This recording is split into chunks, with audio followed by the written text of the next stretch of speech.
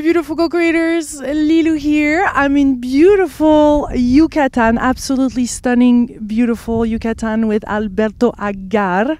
Hello. Hello, how you doing, Lilou? And extend the most cordial welcome to all your audiences out there. It is a privilege to be in this interview with you. Haven't met you or re-encounter you again, along as all of our viewers for sure. And we're just gonna go straight to. I'm very excited to be interviewing you because I've heard great things, and this is one of those synchronistic encounters, and I'm really, my heart is pounding fast. I know that this is precious information you're going to give us in this video and that you're able to expose to us. This is not a common interview. This is not an ordinary one, and I really welcome you to pay close attention to what's going to be said and to listen from the heart. Tell us where we're sitting here. You're an you're an archaeo-astrologer, right? So astronomer. That's correct, astronomer. This is a kind of a strange word, not very common known by people, but briefly I'll explain to you. An archaeo-astronomer is a multidisciplinary activity using exact sciences that it's focused on studying ancient civilizations, how they built, how they created, how they understood the universe, and how they were able to copy it on a smaller scale on planet Earth. Basically, that's what it is. It involves mathematics, geometry, architectural design, music, organic engineering, chemistry. Yeah. Incredibly, as we might sound, the Mayas were very well aware of chemistry and the amino acids. And so tell us where we're at right now and why you chose to do this interview in this place and what does it represent? Because I know in Yucatan there's so many ruins, there's so many different places. What are those? Where are we? What are we sitting on actually? Well, I just heard this little voice that said, you know, it was meant to be done here in Sexuality because this was your place of birth long ago. So you're back. So we are actually at your home. So how do you call it? It's Sexuality, and it's one of the oldest and important centers. I don't call them Mayan ruins. I call Mayan ruins the cities where we dwell now, because that's where you'll find government constructed houses, you know, where they live in small little places, no chance to meet with Mother Nature. These are cities, sleeping universities with lots of information for us.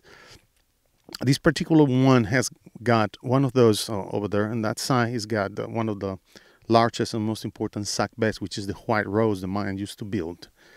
That also contains many secrets. That's like a whole new interview can be done just on the sack beds. But mainly, in order to go directly into the subject, we first need to understand that the Mayan calendar has ended.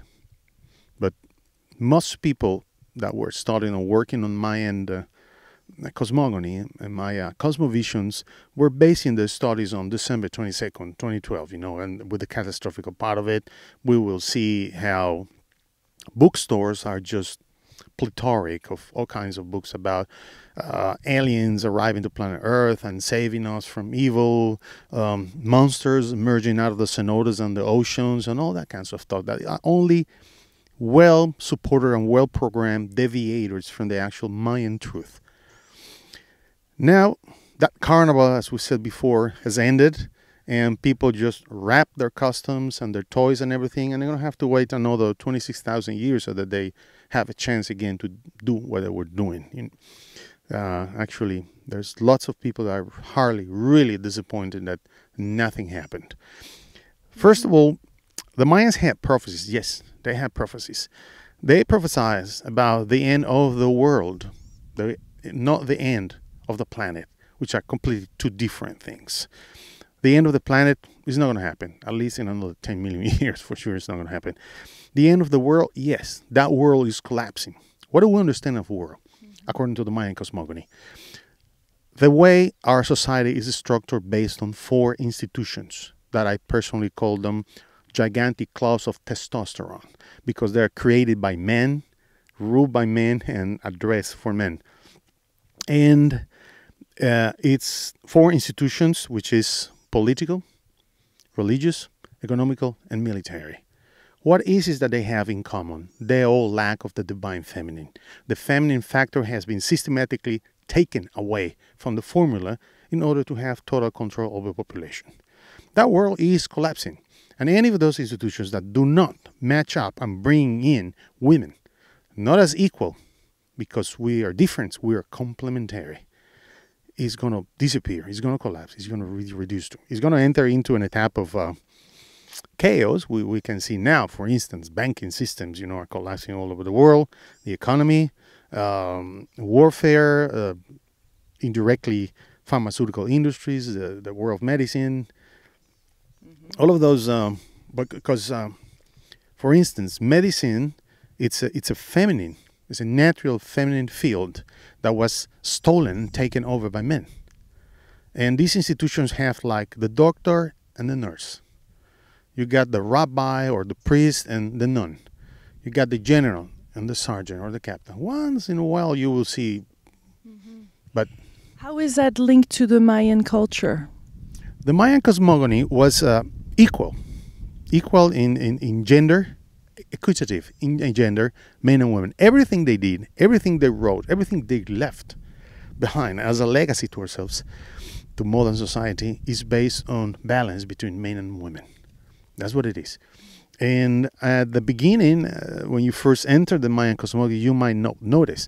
But as you go through, and then you are able to interact with priests and priestesses and understand the way they build their architecture, the design, the way they heal, the healing process, the medicines, you begin to understand that it's all based on that balance between men and women. So everything that they were making had that harmony, and you were able to prove that. Actually, tell us about that story too. I know there's so much to talk about, but you were able to show that every single thing in their culture, including what they ate, how they built things, everything was related and was in perfect harmony. That is correct. They built and they created their own universe, understanding exactly the place where they were living, with these in between the macro and the microcosmos, right? They say, well, here we are, we're in between. We have understood that the universe has got this sacred geometry and these aesthetics that rule everything. And we know that in microcosmos, Mother Nature, to the smallest point, they were able to access biological chemistry by using psychotropicals. That's why those Mayan medicines, some of them are considered to be forbidden, are actually tools to enter that micro universe. They were able to understand everything has got this aesthetics, this signature that the primary cause of creation gives to everything. So they say we're in between this micro world, that macro universe.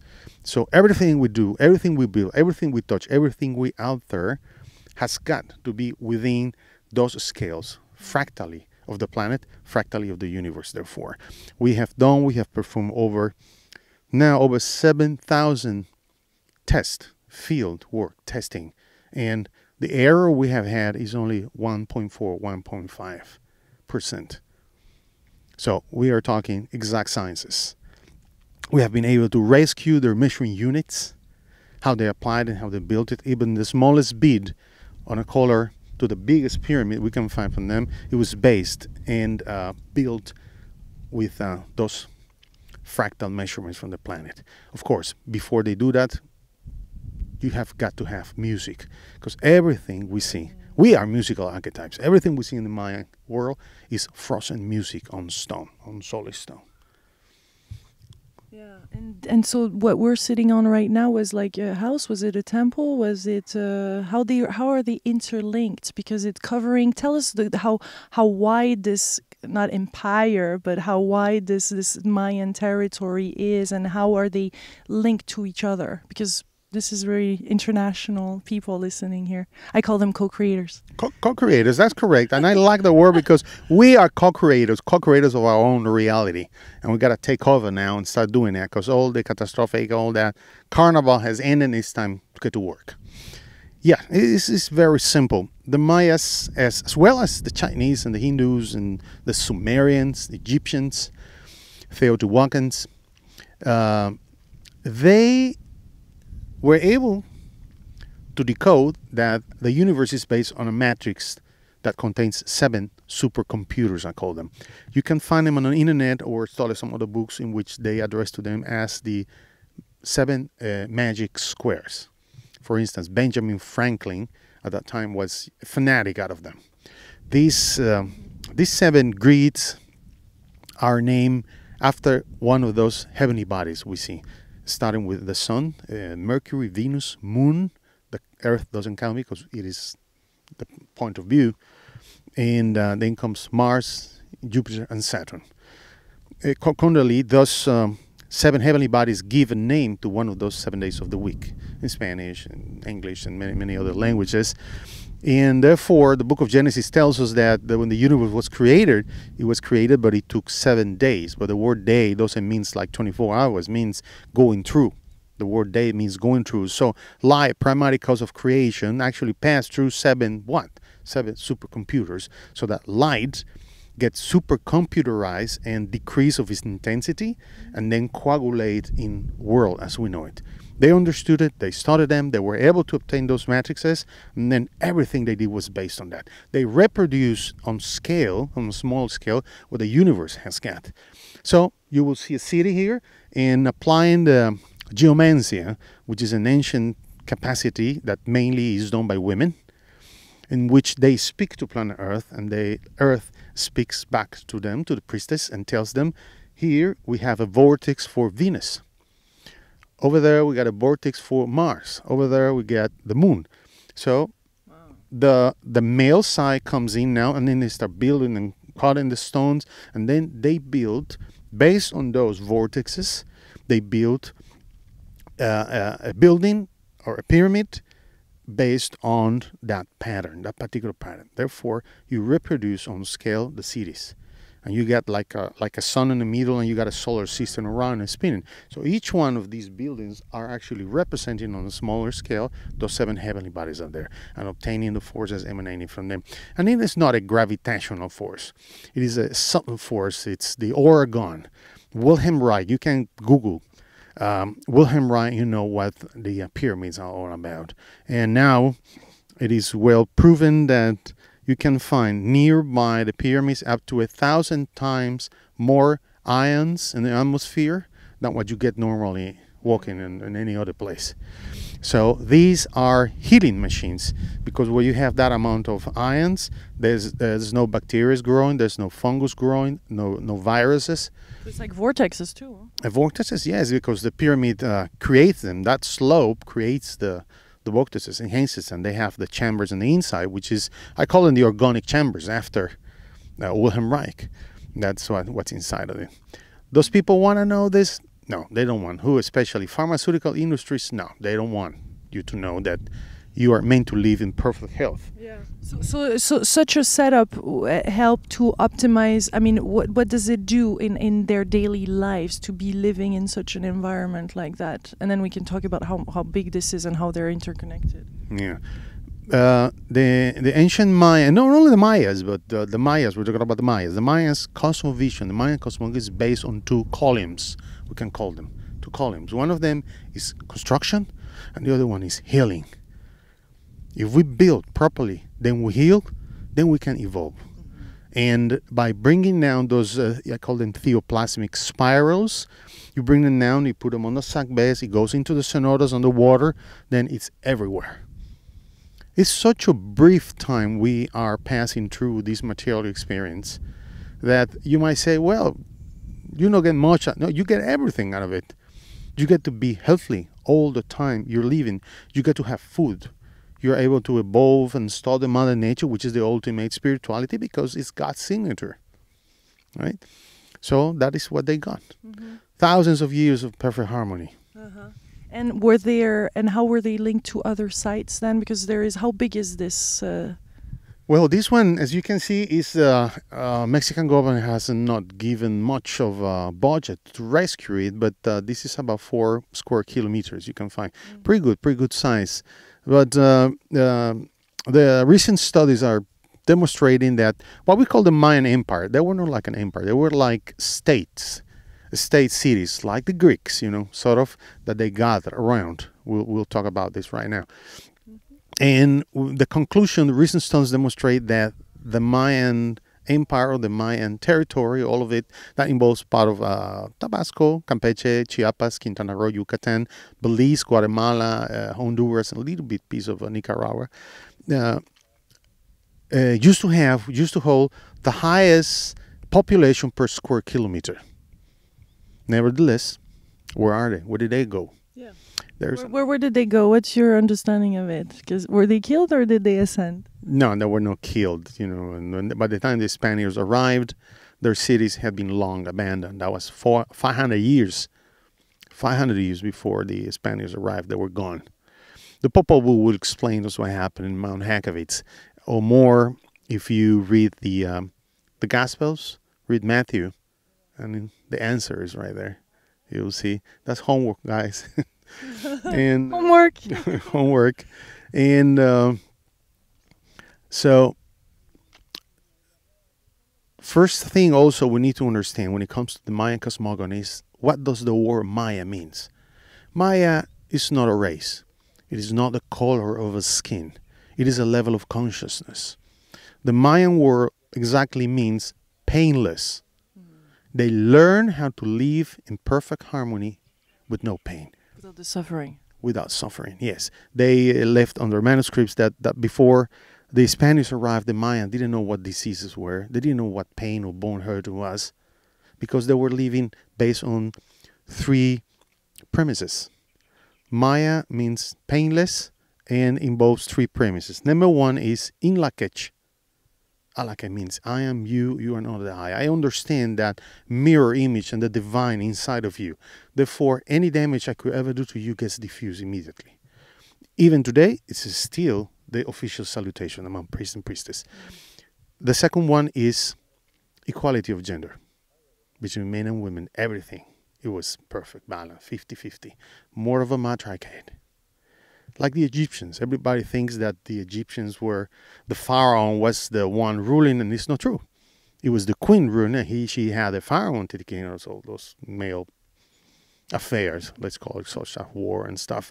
But it was the female, it was the divine feminine. Then the first macho religion was created, and then the feminine factor was taken out. And therefore, that's how it's been all over the world. Like, you don't have female rabbis in the Orthodox, you don't have female priests in the Catholic Church, and so on, And these gentlemen that wrap themselves in orange clothing, they check hands. When it comes to a woman, they extend their hands and they say, no, don't touch me. I don't understand that. I don't know what goes on there. Maybe I'm not ready for that, but shoot me later. Mm-hmm. So these world religions are based on testosterone somehow. Mm-hmm. See, I mean no offense, and I defend my religion and other religions, but we're not blind, okay? But hopefully it's going to end. It's soon going to end. The first priestess, for instance, in Catholic Church, I don't see it far from being ordained, the first priestess. And just like they have it in Mayan cosmogony, men and women. I would love to learn more about this pyramid of consciousness and this body of consciousness, the Mayan consciousness. A lot of people, and I let the co-creators know that I was coming to this area, and so a lot of people are asking themselves, what does it mean to be born in this new cycle? What does it mean to live now here? What does it take? What can we learn from Mayas, etc.? So what would you like to say about that? Okay, first I'll say what's the third premise. We saw in lakech alakem, equality to gender. The third one is very simple: green. Go for green. Build based on Mother Nature's scores. That's all you have to do. Now, what is the essence on the Mayan cosmovision? We all heard about, Mel Gibson talking about they behead people, official government tells you they committed sacrifices. They would eat the hearts of the maids on the stuff drowning in the cenotes. That's all bullshit. That's not true. That's not true. To begin with, Mayas were monotheist. They had only one God. And what's that God's name? If you ask them, you know what I tell you? They will inhale and exhale. And they tell you, this is God's name. You don't pronounce it, no, write it. But let's put that aside. And if you want to study God, then we do have a geometrical name for God. And it's called Hunapku. That means the one who grants the only measurement. And we represent God with a square with a circle in the middle of it. And the ratio emanated out of it is 1.618, which is the golden mean. And everything we do and everything in Mother Nature is based on that. That's God's signature. Now, we will find in Chichen Itza this construction. It's called the ball game. And they tell you that two teams would play. And the winners, the actual winners, would get beheaded because they won. And it was a gift, you know, dying and being beheaded on behalf of God, to have the gods, you know, happy. That's not true. That is a process of initiation still being performed in secret societies, such as Templar Knights, Rosicrucians, Masons, and that's what it is. It's all symbols. But it says, oh, it's got the skull and it's got the guy with the head beheaded. Yeah, he has defeated the 7 deadly sins, the ones we in Judeo-Christian tradition understand as the capital sins. The Mayas addressed to them as jokers or obstacles. And you have, through a process of learning, go through several years in the priesthood to be able to defeat them. How are they associated? They are associated in what we understand as a pyramid of consciousness. And how does that work? Each one of them goes with one part of our body. For instance, sloth, which is being lazy, is located at the height of your legs. As you go upper, lust will be located at your second chakra, which is understood as the area of passion and that drives you through a bad sexuality. The next level will be greed. You know, taking all the money you can, stealing, robbing, you know, becoming richer every day. And of course, unlawfully, greed. Then at the level of our laboratory and our heart level, you have wrath, which is the worst one of them because it can take you back to score number 1 in just a split second. Then it comes gluttony, located in your mouth and your stomach, just eating on a tremendous scale, not orderly. Then the next level would be envy at your eyes, and finally pride on top of your head. Those are the seven deadly sins, and that's how they understood them. Therefore, when you go into that ball game, by the time the ball has finished, is the festivity of where they graduate. You have got these adepts that are becoming halachuniks graduating. And that's why the ego has been beheaded. Those 7 serpents emanated. It's not actually blood because you've been beheaded. It's the 7 egos leaving your body. And then being that head, that physical head being grabbed by the hair, represents the false god that has been defeated. And therefore, that skull you see engraved on the wall is speaking. It's got a voluta of speaking. The symbol of speaking is got the aura, a glorious aura. So it's not dead. It's overcoming death. So it's as simple as that. Yeah. So when we do our simple, and yet how can we bring that in our world too? How can we connect to that and bring that in our daily life? Okay, I'll tell you what we do. When we do our seminars here with Lucy, basically, which is my sister. I had the chance to interview too. If you haven't seen the video with Lucy, I welcome. We did two videos, so please check them out on the feminine and on the Mayans. And that is correct. She's an incarnate enlightenment. She's a gift to the world, as you are too. Now, how do we do it? We do it very simply. Ever since we open our eyes in the morning, we say, we either sweep the floor, clean the garden, do yoga or judo, karate, aikido, whatever. Get your body moving. That's the first one. Then we go and fight against gluttony, for instance. So our food is based on healthy food, right? Then we fight against our pride. How? Attending classes and learning exact ancient sciences, soft sciences from the antiquity, which will provide you an understanding of where you are compared to the microcosmos and the microcosmos, and so on. So in 24 hours, we get those activities that are going to help us find and defeat those 7 egos. It's as simple as that.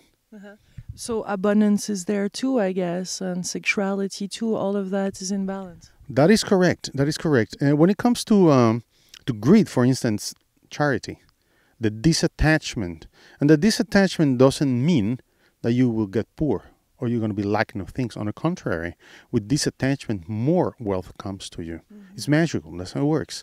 When it comes to sexuality, you have two main roads you can choose. One of them is chastity, to live in celibacy and learn the sexual alchemy.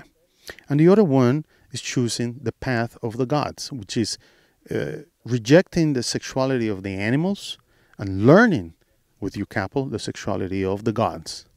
And what's that for? To achieve permanent states of enlightenment through physical, emotional, mental, and energetical orgasms. Permanently, climatic states all the time. And what do you obtain with that? You defeat the tyranny of the hormones, and then you're free. Because that sexual energy is the same energy of creation, isn't it?